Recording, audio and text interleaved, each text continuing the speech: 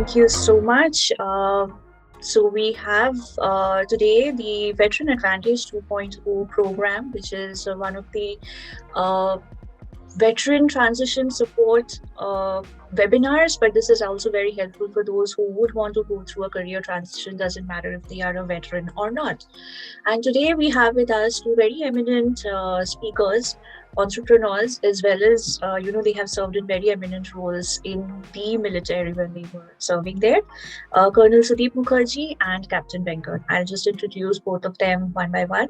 So our chief guest and chief speaker for today is Colonel Sudeep Mukherjee, who joined the Indian Army Regiment of Artillery in June 1992, and he went on to serve in very eminent positions in several staff, roles, as well as served internationally in the United Nations in Sudan. He was in the US doing special study courses with the FBI and a lot of interesting things that he did.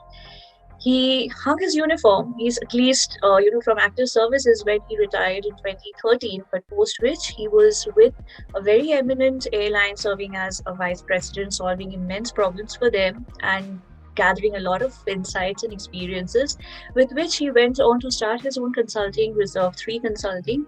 And since then, he has been serving and helping individuals as well as businesses enhance their efficiency, solve problems, and basically get better in whatever they do. So that is Colonel Sudeep Mukherjee for us.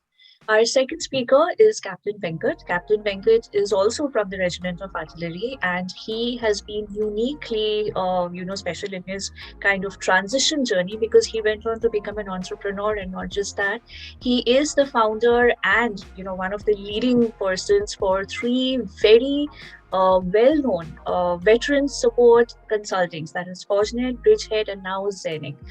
Captain Venkat has helped hundreds and thousands of veterans not just find their next best career, but also make these transitions successful, comfortable, and of course, making it the next best phase of their career. So these are the two great speakers we have with us today who will be sharing their guidance, experience, insights, what to do, what not to do, what are the best practices or certain myths that need to be broken, especially when a person is making a career transition from two different cultures like from military to government.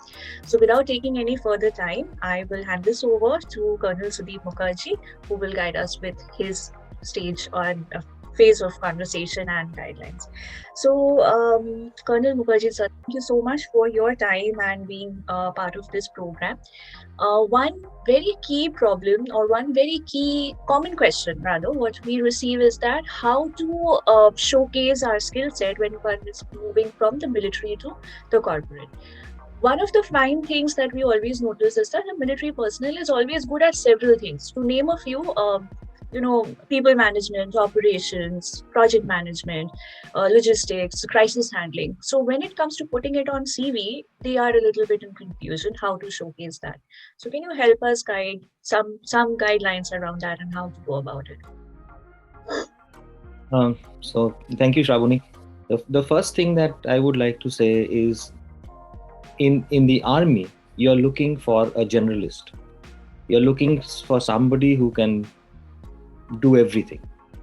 So who can plan operations, who can execute logistics, who can look after people, who can ensure discipline, who can do administration, and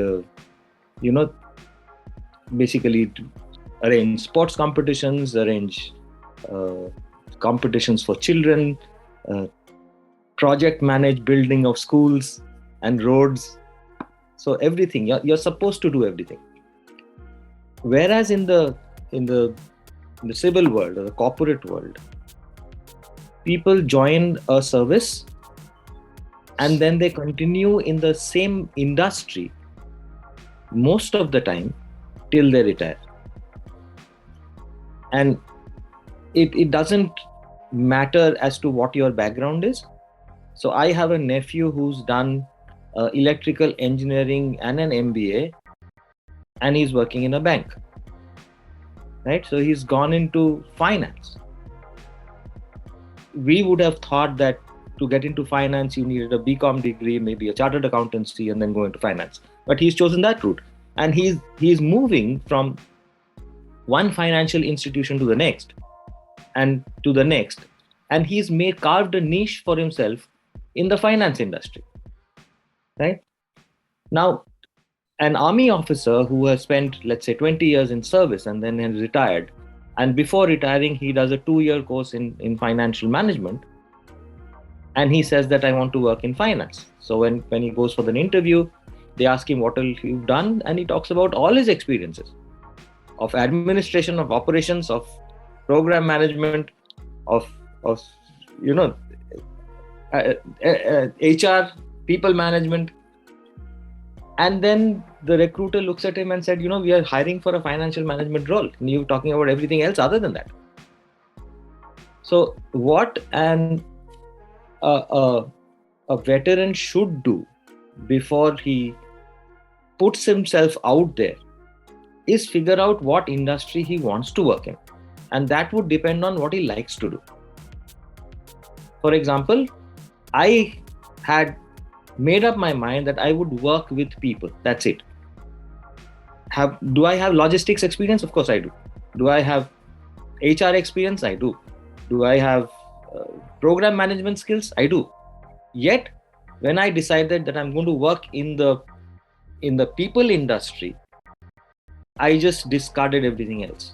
And that's one thing which a veteran has to do. Otherwise, he'll come across as somebody desperate looking for a job. And as soon as you become desperate, you're actually losing value. People look for specialists, and people look for somebody who can come in and solve your problems, not somebody who's begging you to give them a job. So, key thing that any veteran needs to do before he comes out is to figure out what field you want to work in and focus on that field only, discard everything else. So lot of the times, certain veterans, despite knowing that, I want to do something, they come under something like a peer pressure, because some of my other friends who retired maybe a year or two before me, and someone did PMP and someone did something else. And although I felt I should do, maybe for example, I felt I want to do people management, but suddenly someone's talking about operations, do this course, do that course, and that's the thing. So I'm under peer pressure, and I went and I go ahead and do some course. So what is one of these challenges? Like, this is a very common challenge a lot of veterans face. Peer pressure, someone's telling them that this is a course that's really going on really well, you should go for it, the certification is really great, and they go for that. So this is a very common confusion. If it's not a challenge, it's a confusion. Yes. So how to deal with it? Yes. How to deal with it? Again, you need to figure out what you love doing, because if you love doing something, you will excel in it, and if you excel in it, you are actually providing value. Right? Like I said, we can do a lot of things. Each Fauji is trained to do many things, and they do all those things well, but the question is, what do they really like doing? Of all the things, what has given them the biggest pleasure? Because now you're going to focus on doing that over and over and over and over and over again. Correct. So that's the call which the person needs to sit down, think it through, and then follow. And then stop listening to anybody else. Somebody's joined Amazon, somebody's joined Google, somebody's joined, big Tatas. No, focus on what you want to do. Right. So can you give us some examples, like in case if someone wants to follow, like you did people management, if someone wants to do operations, someone wants to follow something else, can you give some examples of how to get that? So an officer who was doing really well in the services, he decided that he wanted to leave. So he left. He went to US and he did an MBA there. Okay, a proper 2-year, MBA at 42 years of age. And once he did that, he came back to India. He started working for a small company in Trivandrum, and then he moved on to in the field of management. So he's managing people. He's today a vice president somewhere, and he decided that I'm going to work in this field only. Right? So it's very important to do pre-work before you jump in. So that would be my suggestion to anybody who wants to leave. Please do a lot of pre-work. Think out what you want to do and then only go ahead. Don't change your plans every 2 months, because there's a saying in the army that order plus counter order is equal to disorder. Yeah. So what is a good time to start planning for someone who is planning a retirement? What is a good time to start planning and doing the pre-work? I would say at least 2 years. At least 2 years. If you don't have 2 years, then do the best that you can. So as another saying goes, that the best time to start something was 2 years back. The second best time to start something is now. Right. Can you give me an example about anything where, any such common mistakes people make when they are trying to showcase their skills from military to corporate? And it is for both recruiters or military personnel who is getting into the next career. What is that common mistake to avoid, or what is it that they need to do? Something around that, because drafting the CV, like putting your 20 years into a 2 page, is one of the toughest things to do. So some guidelines around that, which will help them be more specific, more objective, and effective. Okay, so one thing we discussed the last time we spoke, you and I, Shravani, is the use of jargon. Right? So we use jargon to shorten the communication. For example, if I say, give me the wrench, I can also say, give me that tool which is used to open a bolt or something like that. So by using the word wrench, I'm using jargon, and you and I both need to know that jargon for you to understand what to give to me. Right? The problem arises when a veteran starts using military jargon, which cannot be understood by the recruiter, and the recruiter uses corporate jargon, which cannot be understood by the veteran. So I think a common ground needs to be reached at by both parties in order to get the best out of each other. Which means that both sides should read a lot as to what the other does. Recruiters, especially young recruiters, tend to get into a lot of specifics. For example, they'll talk about specific software instead of talking about the bigger picture. And when they ask about specific software, like have you used Google Analytics, the answer is no. However, that's not what the question the recruiter should be asking. They should be asking is that, have you done analytics, of have you done data analysis and come to a conclusion? And for that, the answer would be yes. But when you ask the question that have you done Google Analytics, the answer will be no. So how the recruiter asks a question will give out what the veteran has to say. Similarly, a veteran, if they say that I did staff college, it makes no sense to the recruiter. If a veteran says I have been adjutant, it makes no sense to the recruiter. Or if the veteran says that I have got a Chief of Army Staff's commendation, it doesn't make any sense to the recruiter. So the veteran has to boil down what he has to say in language that can be understood by the recruiter. The recruiter needs to be more generic in his questioning so that what they ask is understood by the veteran.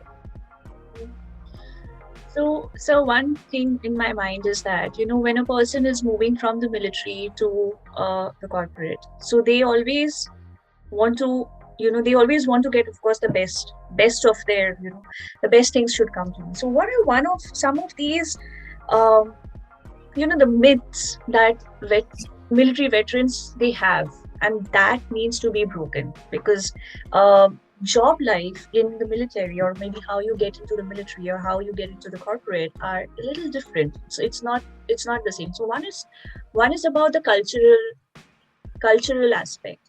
So what is that thing about the cultural aspect that you want to make the veterans aware of, like be aware of certain things, that it's not how it works here. So that is one of the biggest adjustments one has to make, because a lot of times we get support over the tangible thing, but not much is Mm. spoken about the intangible aspects. So some of these things that you would like to, bring to the focus.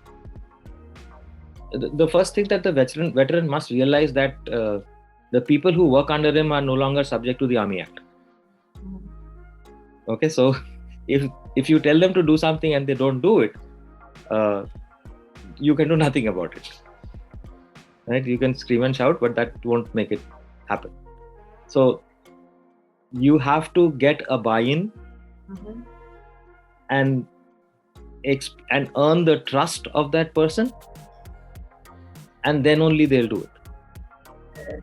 So if you are new in any organization, and this veterans usually know, they just lose sight of it, because every 2 years or 2.5 years you're posted to a new place. You move from a unit to a brigade, you move from a brigade to another unit, you move from another unit to some other headquarters, right? Every time it's a new job description, it's a new job profile, it's a new way of doing things. And when you go into that place, you spend at least the first 3 months in learning the ropes, right? And in those 3 months, you're not actually pushing people around to do stuff, you're understanding it. This somehow they tend to forget when they move from the military to the corporate, and immediately on joining an organization tend to behave in a way that they were doing hitherto, instead of taking those 3 months to learn what is going on there and how things work. So it's a question of just taking it to be another posting where you need to understand the job first before you start working on it. Right. Another thing which I want to bring out is for SS officers, and Venkat is an SS officer, he would probably be able to throw better light on it. An SS officer comes out, let's say, after 5 years of service, right? Recruiters are comparing them to newbies, right? And they are not newbies. They have 5 years of work experience, albeit in a different field, right? So recruiters need to give them that latitude that this guy comes with 5 years of, if not anything else, people management skills. And the other end of the spectrum is when you come out of the army after 20 years of service, service-wise, you're equivalent to, let's say, assistant vice president or vice president, right? However, that assistant vice president or vice president has been working in the same industry for 20 years. And you are moving from one industry to another, from military to, like me, an airline industry. So I cannot be held at par with vice presidents and assistant vice presidents. I have to start one rung lower than that, and then move up, show my capability and move up. So veterans should be prepared to start at one rung lower than what they are now, showcase their capabilities, and once they do, they will automatically be moved up. So don't expect that I'm leaving as a colonel, I will become a vice president, or I'm leaving as a brigadier, I will become a president. Sorry, that won't happen.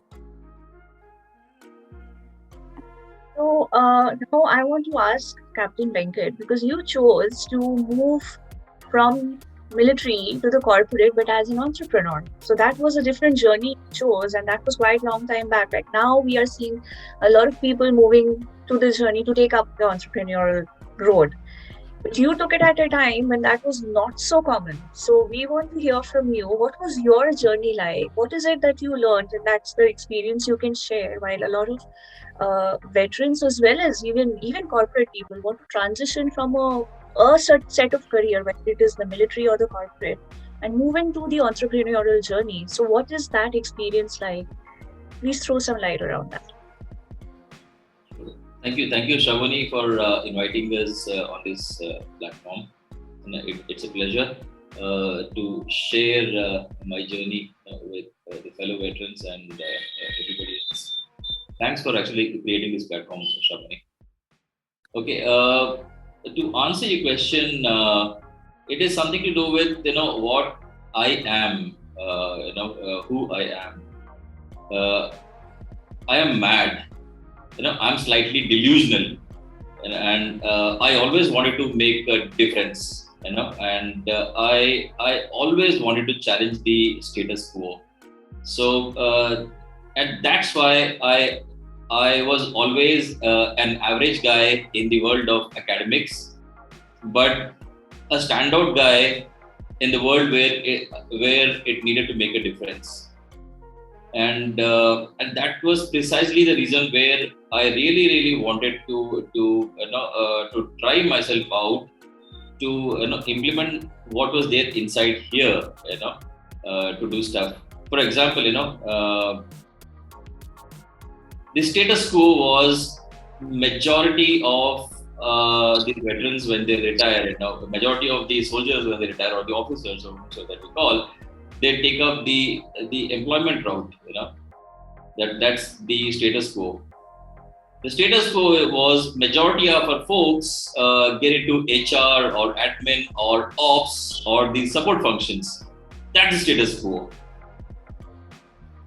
So by default, I'm wired in a way that I need to challenge that status quo.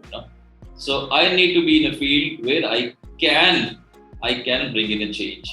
So that's why my first company, Bridgehead Consulting, was born. In fact, there is then the DGR, General Case Sindhu. I went up to him. I was in 3 more months to go. I was almost firmed up that yes, I will do something to improve the employability avenues for our veterans. I had seen it up close. My own course mates, seniors, men. In fact, my father, when he had retired long back, so that was always in the mind. So when I went up to him, he said, okay, their office said, no, yeah, we'll not give, there's no time, DGR doesn't have time to speak to officers. Anyway, you are doing that course, so, and we can't do anything. We cannot provide you folks any jobs. I just sent him one sentence, please just send him this message that I'm not here looking for a job. I'm not here to ask for a job, but I'm here to provide jobs for our veterans. And I'm still in my service, 3 more months to go. And by the time I leave, I would have definitely placed each one of my course mates of the I Am Lucknow course. And then immediately he got the message and he gave me almost half an hour time. That's when, and that's the journey how it started. So Bridgehead Consulting was the first one. That was in 2005, September 2nd or so.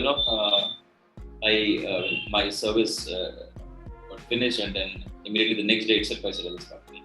So yeah, to answer your question, that's how I started. I got into entrepreneurship. Nice. So what has been some of the challenges that you've seen as an entrepreneur, or as you see, like entrepreneurs should face or is likely to face because of the changing times? Because I guess by the time you started, the first recession 2008 was sometime around that, or maybe we are still going through market changes and issues. Even 2020 when the COVID hit, it was a health challenge, but it kind of even changed the way the world works. So what are some of these factors that you have experienced in your entrepreneurial journey which you want to share with those who want to take that route?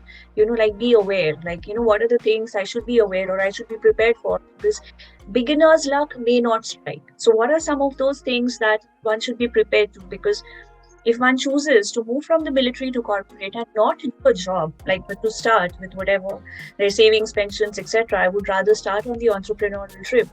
What are some of these things you would want people to be aware of?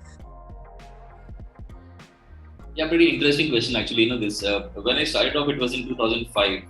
I think 2005 would mean around 17 odd years now. So many things have changed since then. Then tech used to be extremely expensive. Now tech is cheap. For example, to get a simple blog, not the odd-looking WordPress blogs then, or the WordPress or the other blogs then, but to have a decently made blog using an agency would have costed somewhere about 40 to 50,000. Today, it comes free, absolutely free. To get a database designed, it was expensive, absolutely expensive. Servers were expensive. That's one part of it. Access to media, access to investors, access to vendors, and things like that. So many things have changed.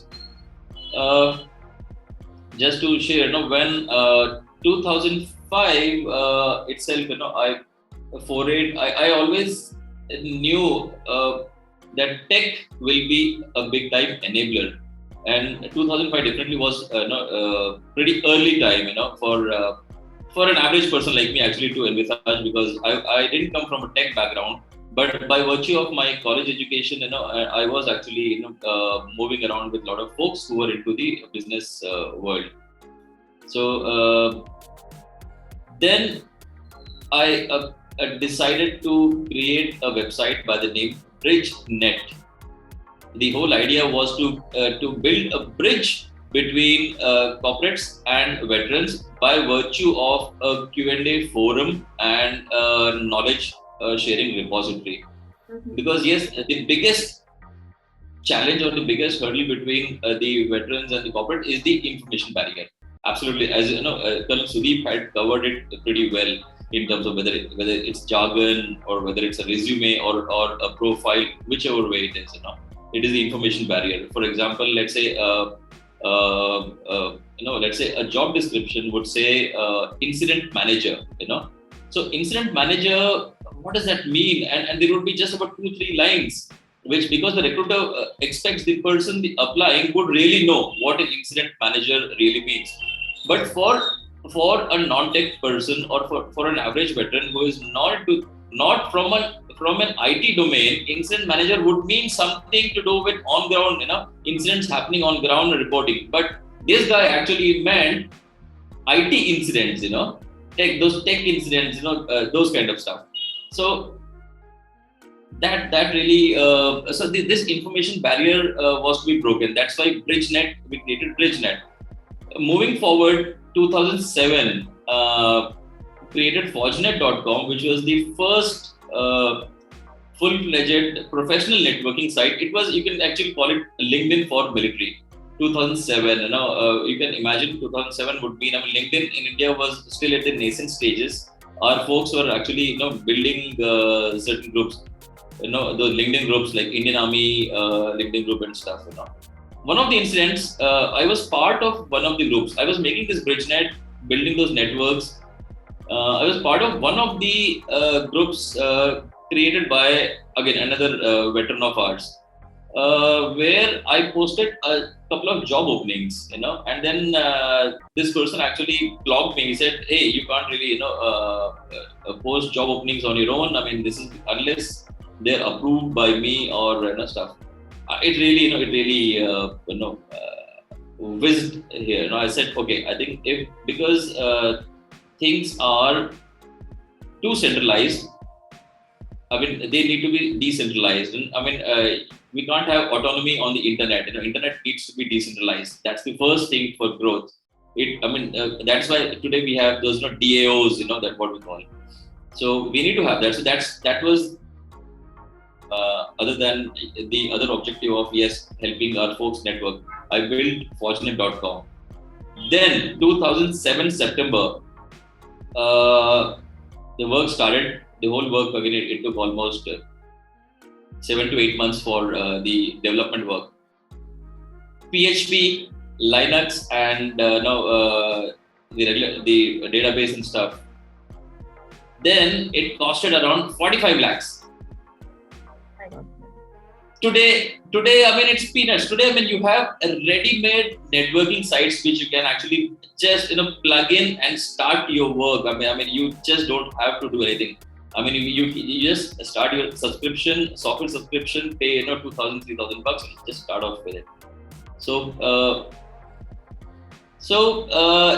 I have seen that part, that journey when things were expensive, when the regular challenges of actually outreach. I mean, it was difficult to reach out to folks. I mean, let's say I had tie-ups with organizations. Organizations had requirements. We gave them certain processes to filter how to actually screen the veterans. Things were working out absolutely, but now there was a need to scale up the funnel. I mean, there was need to increase the funnel of our applicants. How to do that? LinkedIn was not at that stage where we had a lot of veterans on the platform. Naukri was the only job portal, monster, but then they were too expensive. Then Forgenet was still not up to that level where it had a great funnel. So the only way was to reach out to regiments, brigade headquarters, div headquarters, and then those email, those Google groups or Yahoo groups which are there. Today, at the click of a button, you can actually reach out to any of the social media. People are there on WhatsApps. There's one message of a job and it is already there in hundreds of groups. Right. So, yeah. So, challenges of tech, challenges of outreach were pretty much evident then, which are not today. This was about the journey then. The other part, just to bring out the changes in the environment and how it really impacts your working in a positive or negative whichever way. Then it was pretty difficult to start off something like that. Today, some time back when I started Zenix, I started from the scratch. I was the only person sitting on the system, getting onto a SaaS platform, getting my WordPress site up, getting onto a video maker, getting on own videos up, getting onto social media manager, getting the social media posts up. That's it. That's how easy it is. So things have changed. Challenges, they remain the same way, but the solutions have become better now. As far as entrepreneurship is concerned, it's a way of life and a way of thinking. I'll just say there are three factors to it which anyone should consider before getting on to entrepreneurship. One is whether it's a passion or a purpose. We always get ideas. Each one of us today, all the participants here and everyone around, we know our friends, our relatives, our colleagues, everyone would at some point or the other in life would say, yeah, I would just want to start something on my own. Leave aside the reasons, but everyone would have this because it's a common notion that yes, when you are an entrepreneur, you are on your own, you are implementing whatever is there in here, you're bringing it to the ground. Right. So, but the key is whether it's a passion or purpose. The difference is passion projects do not go for long term, whereas the purpose projects have an innate potential to go long term. That's the difference. So that's one key aspect one has to keep in mind. Second is make versus sell. It's very easy for anyone. 95% of the entrepreneurs you pick up, or the wannabes or the aspiring entrepreneurs you pick up, their whole focus would be on the product. Okay, this is how it should be. And the whole focus would be on making it or creating it. But that's one part of the challenge, which I would say is almost 25% of the challenge. The bigger challenge is taking it to the users, what we call as sell or distribution. That is the bigger challenge, which engulfs almost 90% of the startups, despite having a decent product. I mean, they're not able to make their mark, and they eventually get, go down the drain. So, passion versus purpose, make versus sell, and then value versus valuation. What does the person actually think? Whether, okay, am I building value or am I actually working to create valuation? I mean, these three things, and then the intersection around it, how to do the intersection around it would actually tell the person, okay, where my strengths lie, what am I actually aspiring for, and then the person can build the product or the startup that way. Of course, there are many things. We just spoke about why and how. Uh, in the make versus sell, like you have storytelling, personal branding, and so many things which are very important. But yes, I mean, we can actually keep that part as for some time else. Yeah. So I have a question now for Colonel Mukherjee, sir, because you have been training and consulting individuals as well as corporates across the globe, and you've worked everywhere. So one of the, I won't say it's a challenge, but it's a little bit of trend that has come up is a lot of people want to be on their own. So I may not be in a job. I may not start something like a company. I may just be a freelance consultant, be on my own. So, when companies like, good big companies, they actually want resources. And now there are a lot of websites and platforms where you can actually hire freelancers. You can actually hire consultants who can actually do the job on a contractual role. So, we have Nathan, actually a recruiter. I'm sure, Nathan, you can give more picture from the corporate side as well. So when we are working with individuals, and we're probably a military, an officer, a veteran is still in that phase to figure out whether I want to do a job or whether I want to do, start up something of my own, but want to be that consultant, that freelance consultant thing. What is what are some of those things, or what is that thing, those USPs, or what are some of those things that you would like to, what are those guidelines you would like to give to those individuals who want to actually showcase their skills while still trying to figure out, like, whether it's a job or a business of my own, but I still want to, make my time worthwhile while I just step out of the military. So what are some of these things which you think is beneficial for the corporate, that skill sets from the military will be helpful if they are hiring contractors for the corporates? Okay. So one thing, let me answer it from a different perspective. What are the problems which a corporate faces when they get in somebody on board? Right. One is, will they do only their job or will they do job plus? Right. And secondly, how long can I depend on him? The difference between somebody who moves from a corporate place to a corporate place, and somebody who's a veteran moving into a corporate space, is basically a veteran will always do job plus. He will do the job that you ask him to do, plus he will fix things around him. He's genetically coded to fix things. So he will go and straighten out the place, not in a bad way, ensure that everything is clean. So he'll make the processes around the place that he works simple and effective. That's one thing that he will do. The second thing that he will do is he's going to hang around for a longer period of time. And when you are working in uh, the global environment, which is changing rapidly, you would want people to stick around because there are too many changes going around already. And you don't want to deal with a new guy every 6 months. Because when a new guy comes in, for him to understand your way of functioning, what your weaknesses are, what your strengths are, and what he needs to fix, it'll take him a month.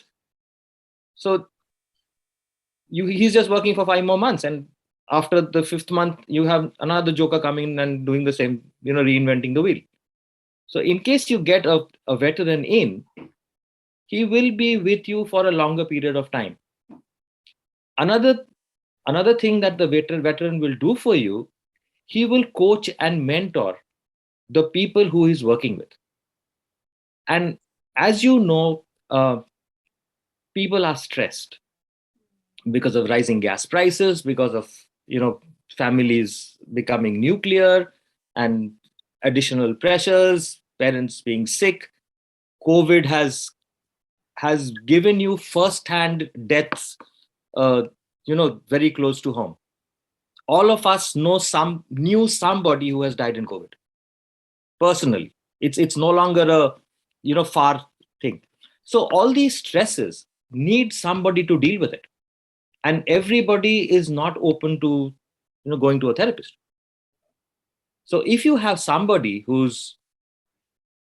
has life experience and has dealt with people throughout his life and talked them through their problems and made them feel good about themselves, you have that additional benefit of somebody who will coach your people and make them more productive for you. So it's, again, as I said, it's JD plus. So you're getting in a person from the veteran community. One, he comes in with best practices of one of the biggest organizations in the world, right? Which he may help you become a better company. Right. True. Does that answer your question? Yeah, to a large extent. But I personally, from my experiences, when we have, when I was in a hiring manager role, hiring veterans, I think one of the biggest advantages of having a veteran was they were very action oriented. They could arrive at a solution sooner because they probably have been, not probably, they most of the times have been in a situation which is like you have to take decisions and actions faster, lead your team towards it, and even work with limited resources. Whereas the same a person of a similar age, similar role, but come from a fully corporate background, they are probably a little more at ease because they know it's we can work around that. So I think that has been one of my experiences. But I think of course skill sets are there everywhere. But my question also was, given with the previous question, was also around veterans trying to figure out whether they want to choose a job or to go the entrepreneurial way. But as an individual consultant, when they want to get into, being an individual consultant service provider, working up those freelance roles. So what is that piece of advantage for a veteran or also for recruiters who want to take up people instead of full-timers as contractual roles? So what is that one advantage thing? Because a lot of corporates these days want to take up contractors than full-timers because of cost reasons or could be whatever reasons. So what is one of those aspects that because you've worked globally, you've worked everywhere. So is that a trend you're seeing, or what's the advantage, disadvantage, or what is that thing around that trend which you see can be advantageous to both the corporates as well I as think I think Shravani, it's more of a personality thing. There would be people who would want to get into a company and work 30 years in that company. There would be others who would want to go face the challenge, fix that challenge, move on to the next challenge. Right. So it's not exactly a veteran thing. It's more of a personality thing. And the veteran who's thinking of whether he should go the job route or the consulting route, the best way to do it is, why don't you try it for 6 months and see what happens? Mm-hmm. Go and consult with one company, go and consult with a second company, see if you like it. And and there have been instances in, and I know of these, that people have actually gone in to consult and they liked it so much they were absorbed in the company was happy, the veteran was happy, both it worked out for them. So proof of the pudding is in the eating, so eat the pudding. Nice. So, Nathan, since you're on the call and you are a lead recruiter with one of the well-reputed companies, what has been your experience with veteran hires, and how you look at skill sets, and what kind of advice do you have when you are hiring veterans? Like, what kind of skill sets and stuff do you recommendation you see and you like to hire? Behavioral I think, traits. yeah, absolutely. There's transferable skills with veterans that I would highlight. High risk environments they work in, very stressful environments, being able to work, perform under stressful situations. I mean, myself, I never was on active duty, never went overseas, but I mean, I was in the Army National Guard and the Army Reserve. And I know from just my own personal experience, the triumphs I experienced through training, things that I never thought I could do, things I couldn't do when I went into training. And then I left training excelling at those things, and just the confidence that comes when you accomplish those types of things. And that all is, what veterans bring to any organization. So I think, as a recruiter for over 15 years, every organization I've worked for, I've had a very special focus on veterans and trying to find homes within the organization for them, because they're tried and they're proven.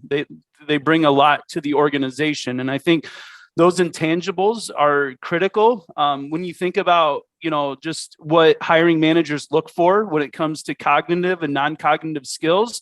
The veterans bring a level of non-cognitive abilities that are really, when I meet with my managers, the most important things they're looking for. They're looking for the people, you can look at a resume and see if you can code, or, you have this experience in this language or that language.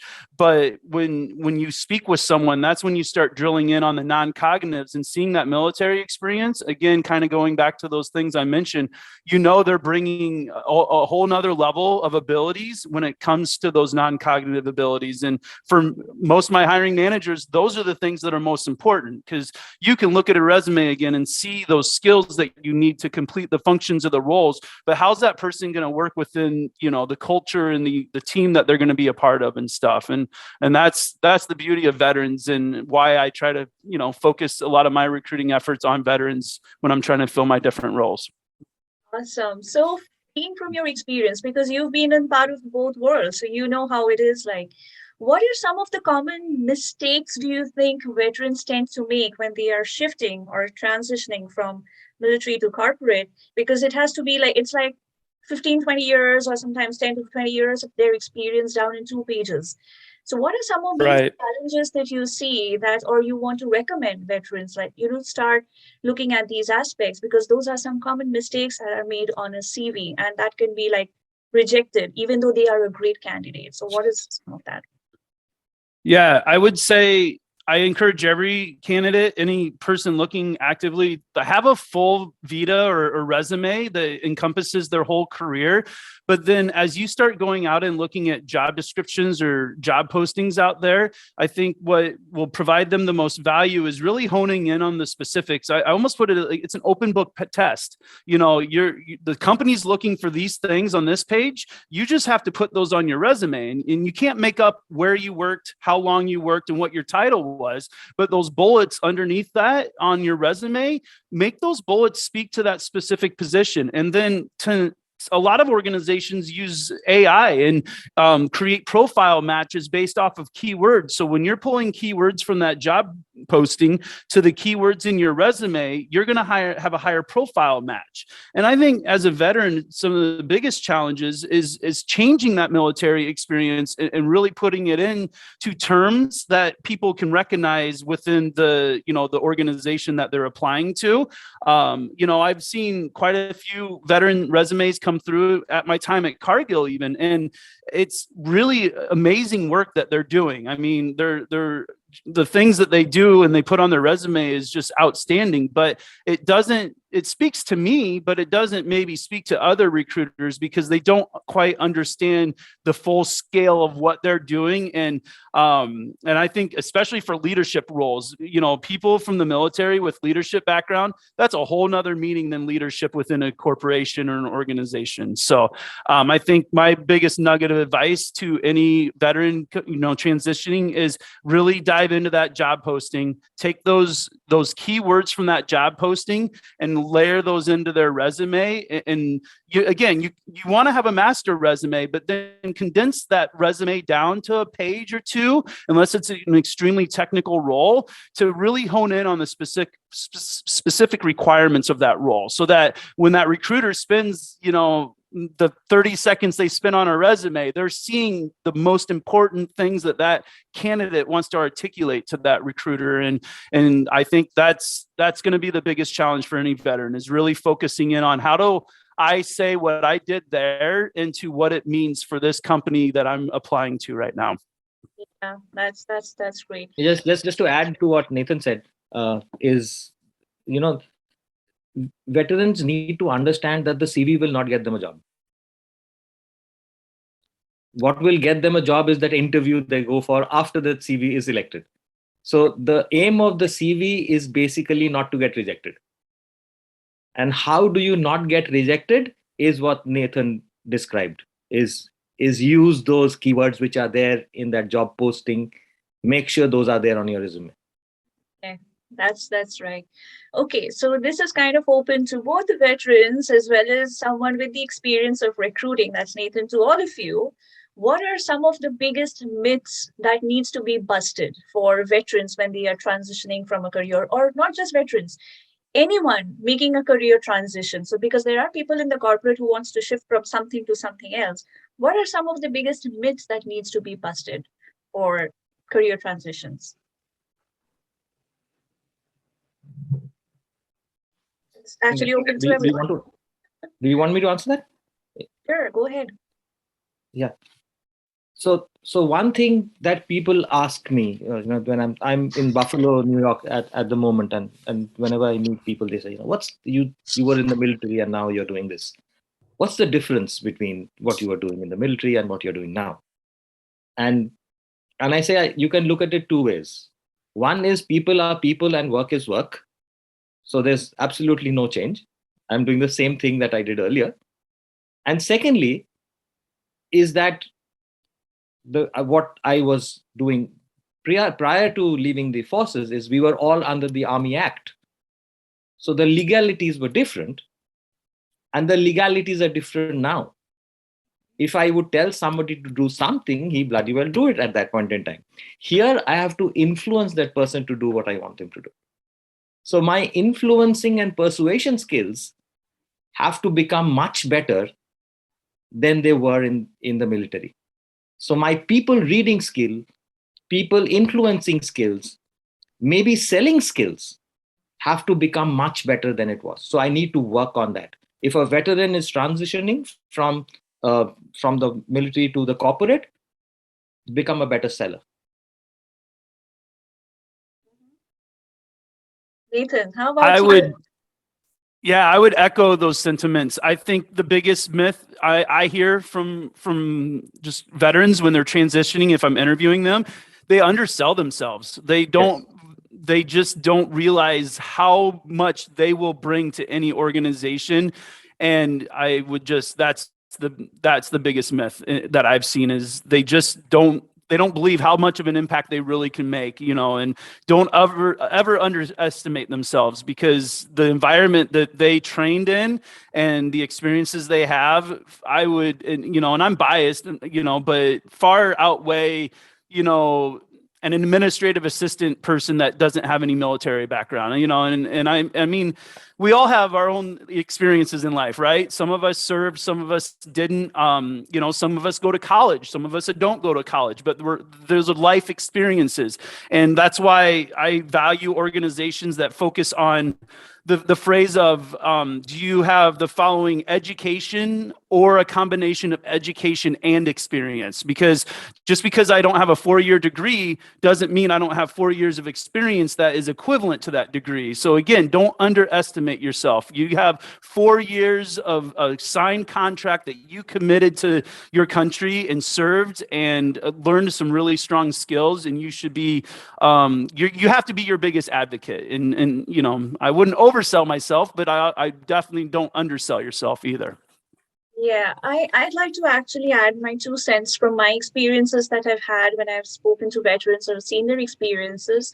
One thing is that a lot of times, even when they are, after 20 years of service, when they're getting into the corporate, a lot of times the big myth that they always go through is that, well, my peers told me I have to go through this certification course, otherwise I will not be getting a job, because they tend to, like you said, Nathan, is that they tend to undermine those years of service and experience they've had.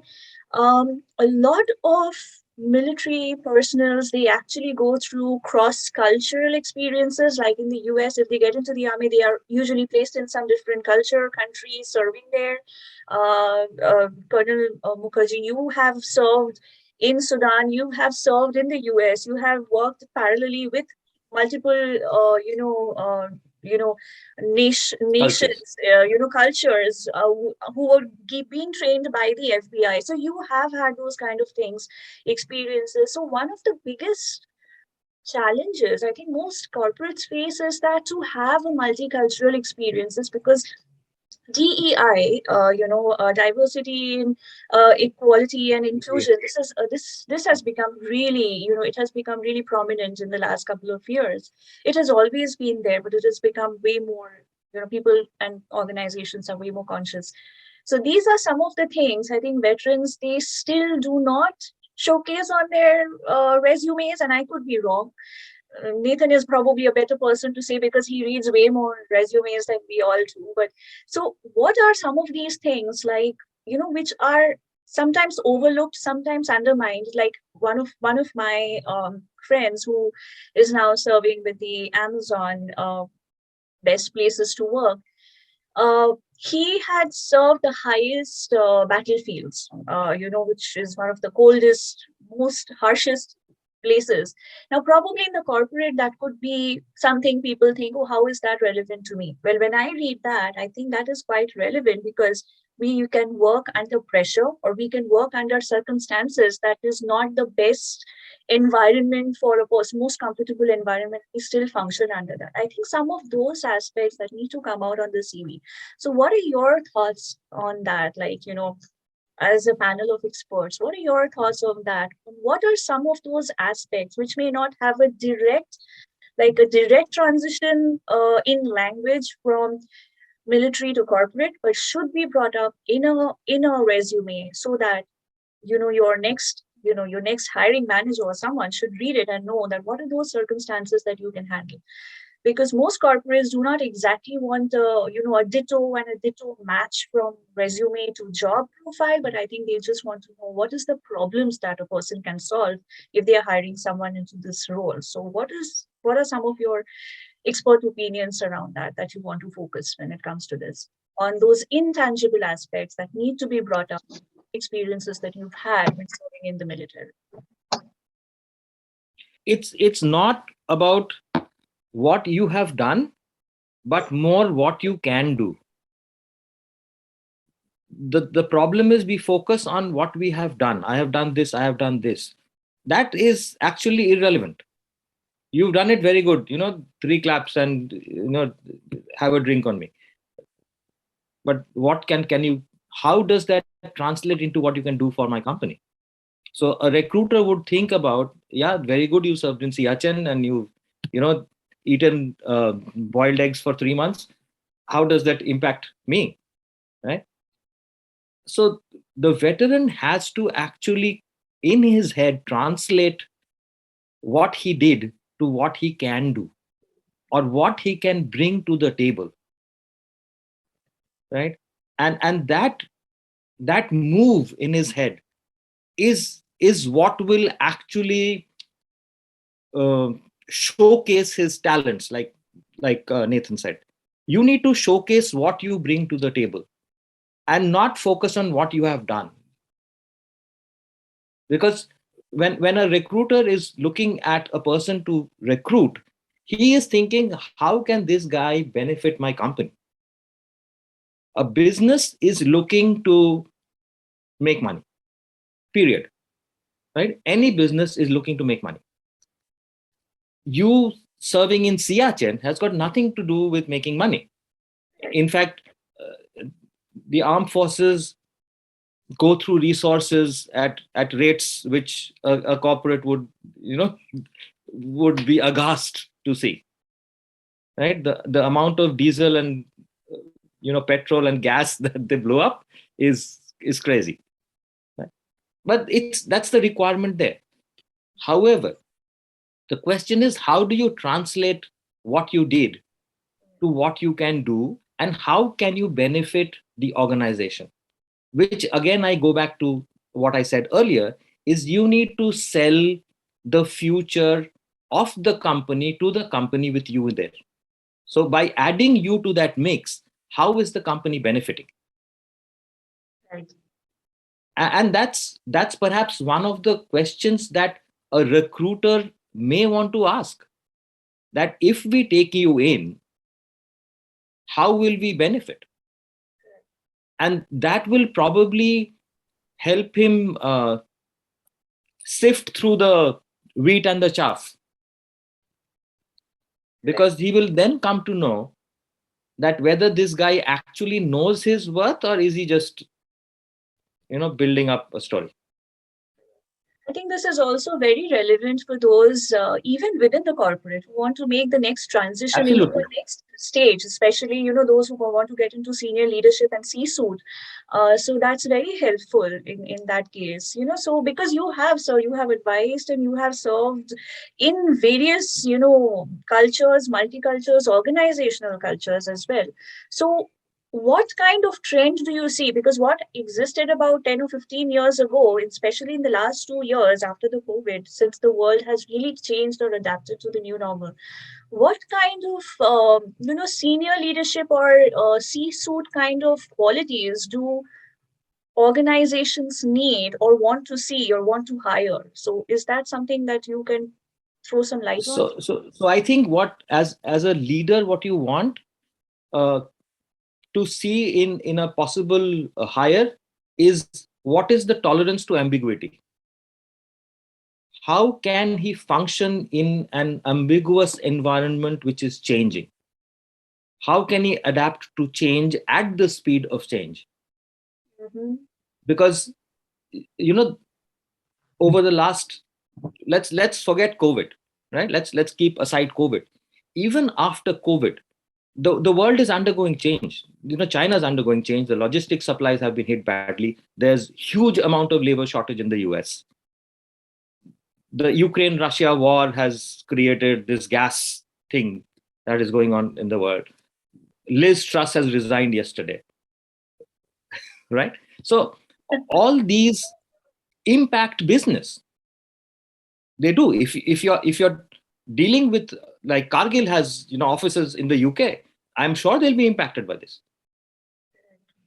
right? So how good are you to adapting to changing environments, and when uh, life throws you a curveball? Because you don't want to be hemming and hawing at that point in time and not knowing what to do, because if you do that, your entire vertical will be doing that, and you don't want that in the company. Right. So a C-suite he's required to plan strategy and to get that strategy executed. Now, planning strategy is done on paper. Mm-hmm. Execution is done on ground, and execution requires a change in behavior. How are you going to affect that change in behavior?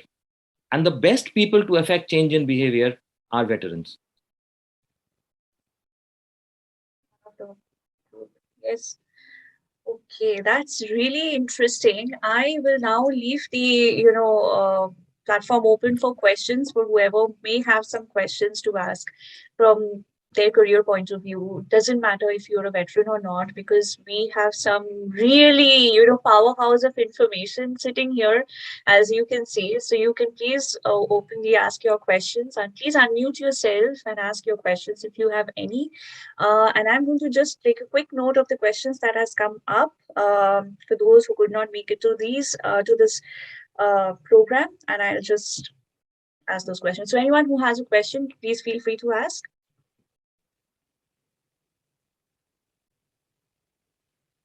Please feel free to unmute yourself if you have a question.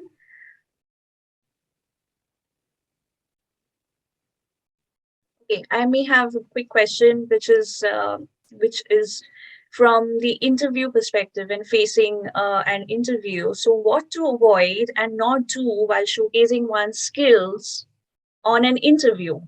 So CV is one thing that we have been speaking about. So what is one of the things to avoid, or what are the things we need to do? What to avoid and not do while showcasing one's skill set on the interview? Now, this could be for anyone. This could be for veterans, or it could be for anyone whatsoever. Listen before you answer. Ask questions to make sure that you've listened correctly. Okay, if you don't understand the question, ask them to elaborate. Okay, yeah. Don't jump in with your answer without understanding the question, because that showcases that your communication skills are not good. And communication skills are required in each and every job. Yes, true. So that's the first thing. Well, and I would say, to build off of that, is if you get asked a question that you weren't quite prepped for, it's okay to say that's a great question. Can I have a moment to think about it? And just sit there and digest the question and kind of formulate a response in your head before you, to your point, sir, start just speaking out with words before you really had created that response in your head. Because then another thing I always like to encourage candidates to do is less is more. Think in bullet points. Don't get too wordy.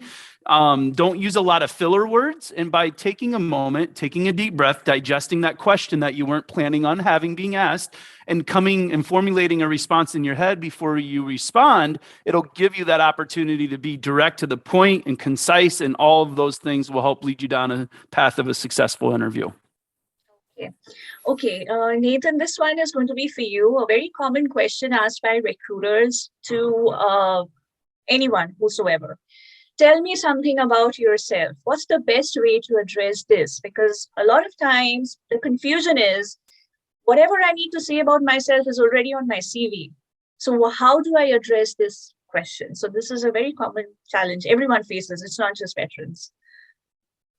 Yeah, I don't like that question. I like to ask questions that are very focused in on, the scope of the role that I'm recruiting for. I mean, we'll definitely have conversations, and have those kind of introductions and talk a little bit there. I'm very casual when it comes to my interviews, and I do like to have some personality into the conversation. But I would say for that one, I mean, my recommendation is always, when you go to apply to a position, save that job posting when you apply, because once the recruiter decides I'm going to pull that posting down, and some companies actually just say, hey, we're going to have this role posted for X days, and they pull it down. Well, once it's pulled down, you don't have that job posting to reference anymore. You can't click on that link that you applied anymore. So when you do apply, save that job description. Then you should, if you're interviewing, have that job description with you. So then if somebody was to ask me to tell me about myself, I would probably focus on the responsibilities of the role, and would share just some details around myself that would align to the role. Is probably my best answer. Okay, all right. So from I mean, I'm not quite sure if anyone is going to ask that question here, but some of the most difficult or irritating questions ever faced by veterans when they made the shift. So, Colonel Mukherjee, you did mention about some things like that. What are some of the irritating questions you do not like to answer? So what are some of those? But still, if one is faced with them, how to answer? Have you killed anyone?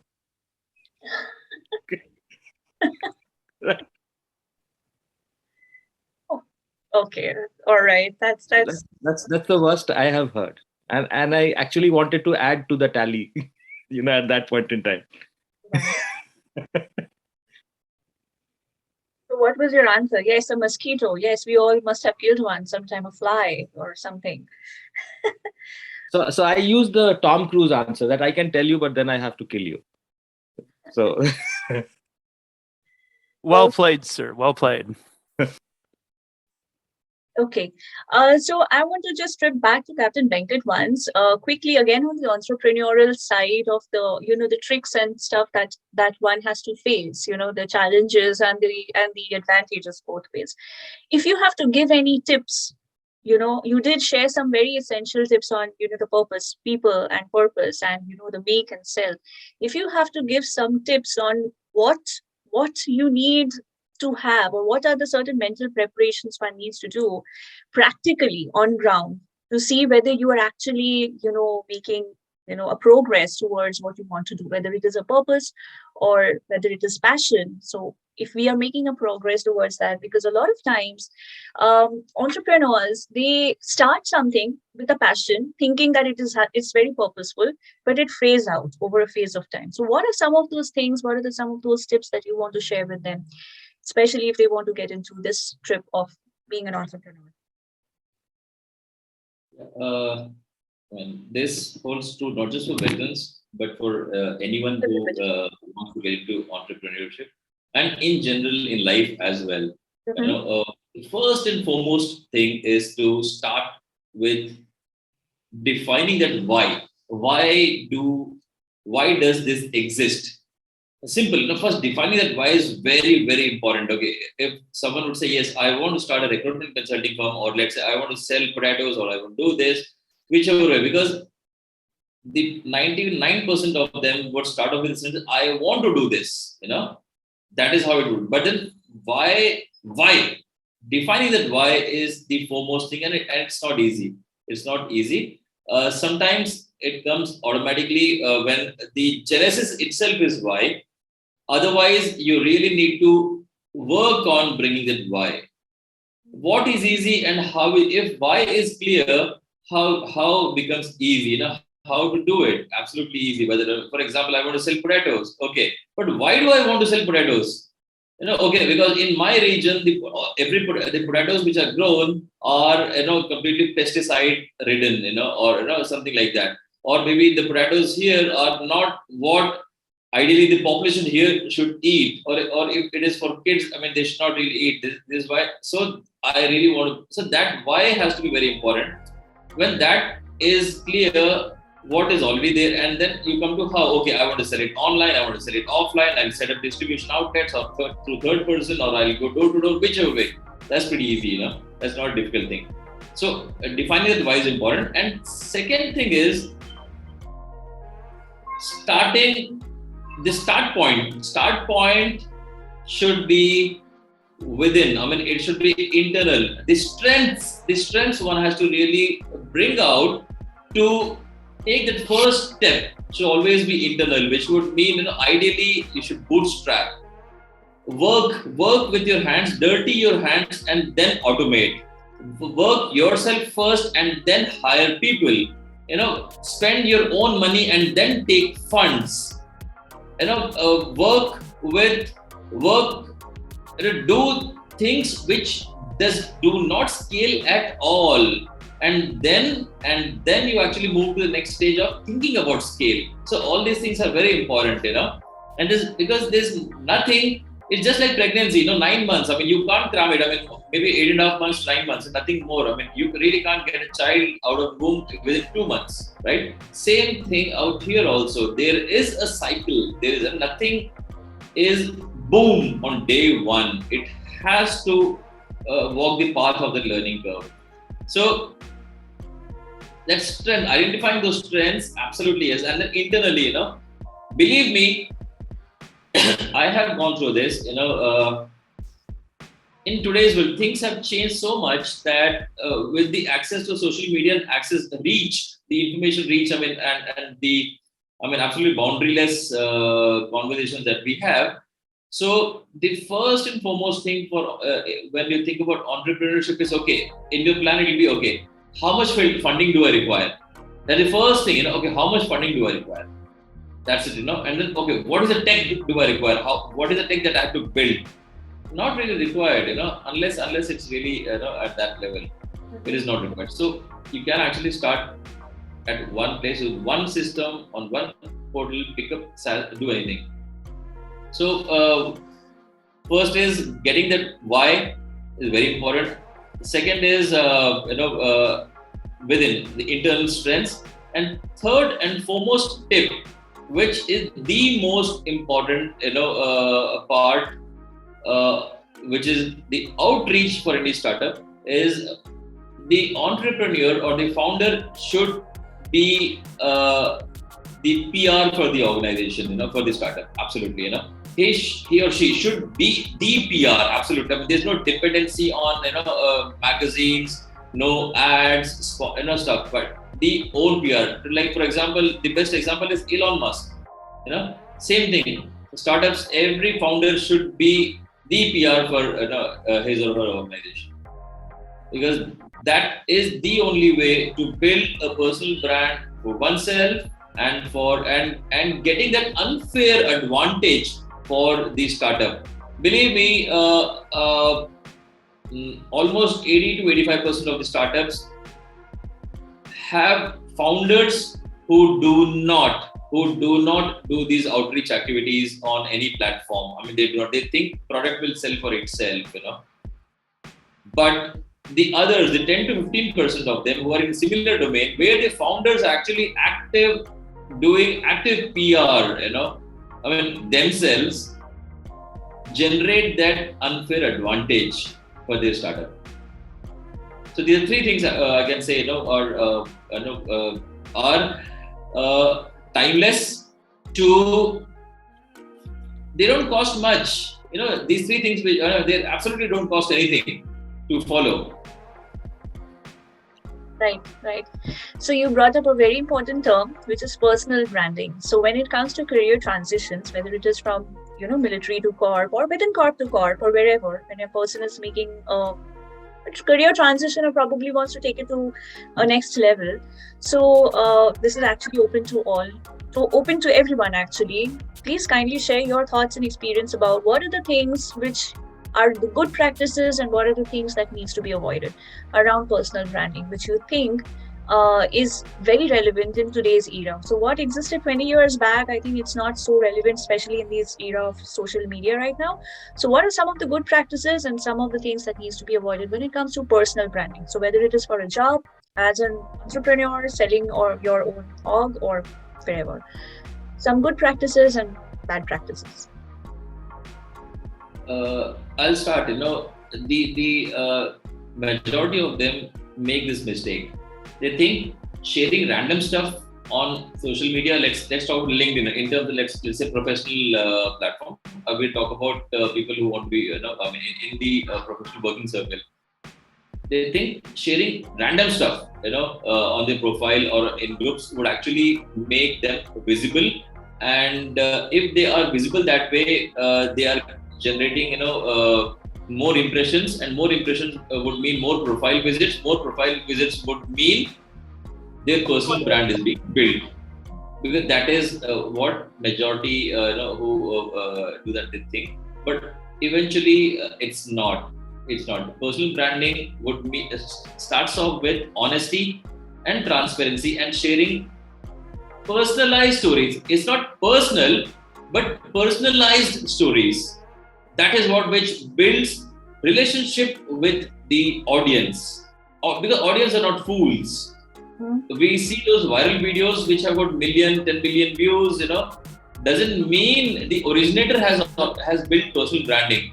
But let's say tomorrow you have shared a personalized story, an incident or anything, and you have maybe let's say 500 views and maybe 50 odd likes. But there is a relationship which is built with the audience, with the reader, and that is which is the stage one or step one of building that personal brand. Thanks. Anil Mukherjee, what about you? What do you think? Certain things need to be avoided if not showcased. On So I social. think what everybody needs to realize is that you're not looking to be liked, you're looking to be respected. And what about you is there for others to respect? You need to figure that out. You need to figure out your strengths. And if you figure out your strengths, your weaknesses will not count. So I'm in Buffalo now, and the other day the Bills beat the Kansas City Chiefs in American football. And Josh Allen, the quarterback, played a brilliant game. So do you care how Josh Allen sings?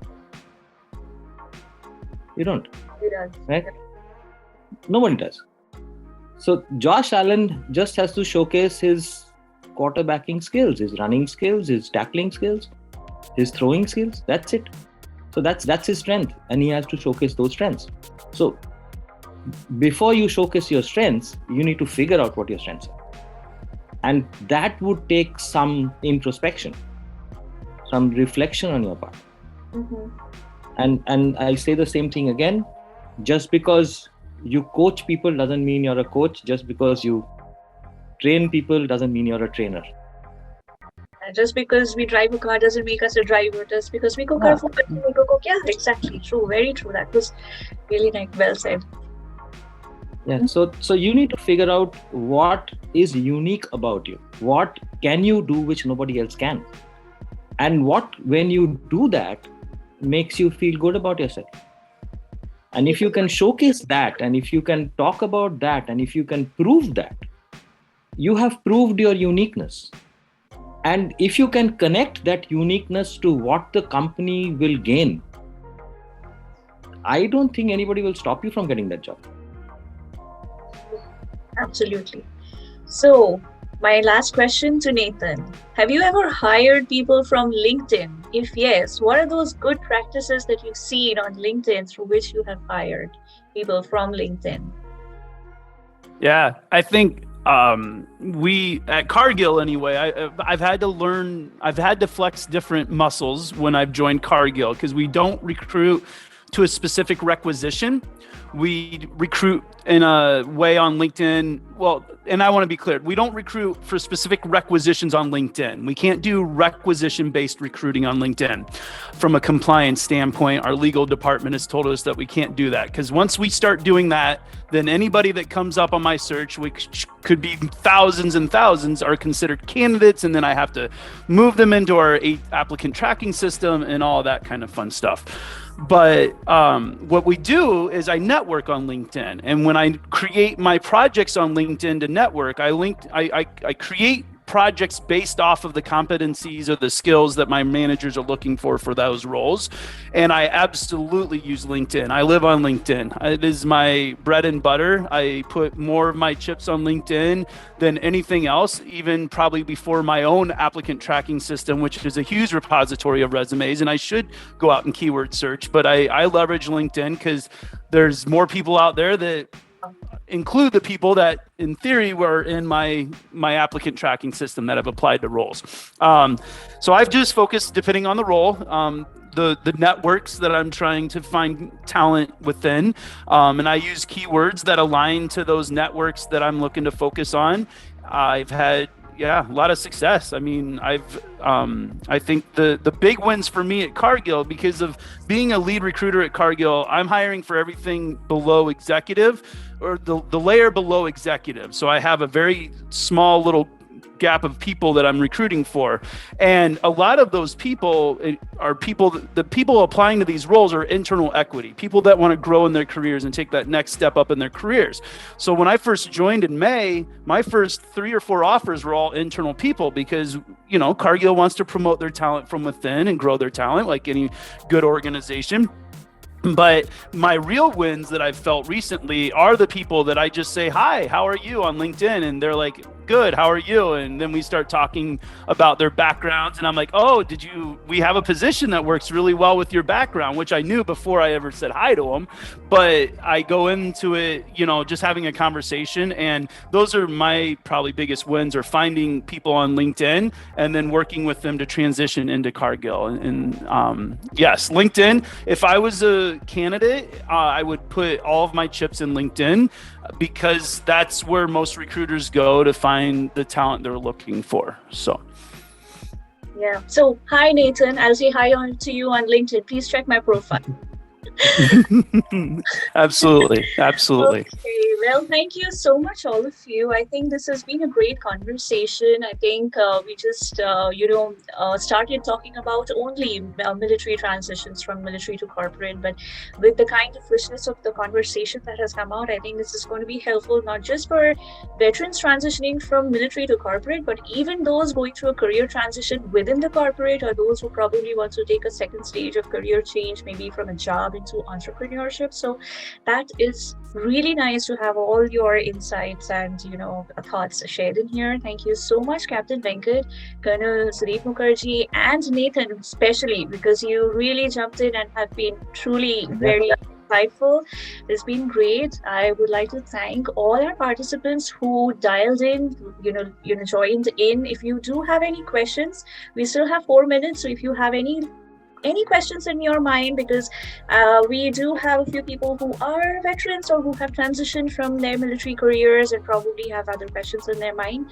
So the next couple of minutes are there. You can ask our very knowledgeable panel of speakers, or you can reach out to them. I will be posting the video of this recording on YouTube, and the link will be on LinkedIn with the the profile tags to all our speakers on LinkedIn. So if you, which I'm taking a permission before I actually post this out, Colonel Sudeep and Captain Venkat and even Nathan, that I will tag you, all of you, because if anyone wants to reach out for any questions, networking, you can absolutely do that.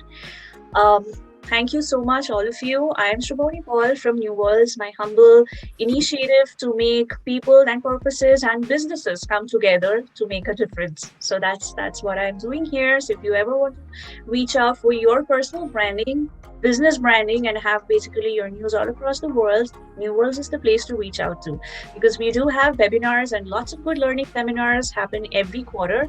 And if you have something nice to share, we would love to showcase you on these learning webinars, just as we did on Veteran AdVantage, the military to corporate career transition program that we just had. So thank you all. Thank you so much for your time and your participation. And I look forward to being in touch with all of you and connecting with you again and being in touch. Thank you so much. Thank you very much. Thanks a lot.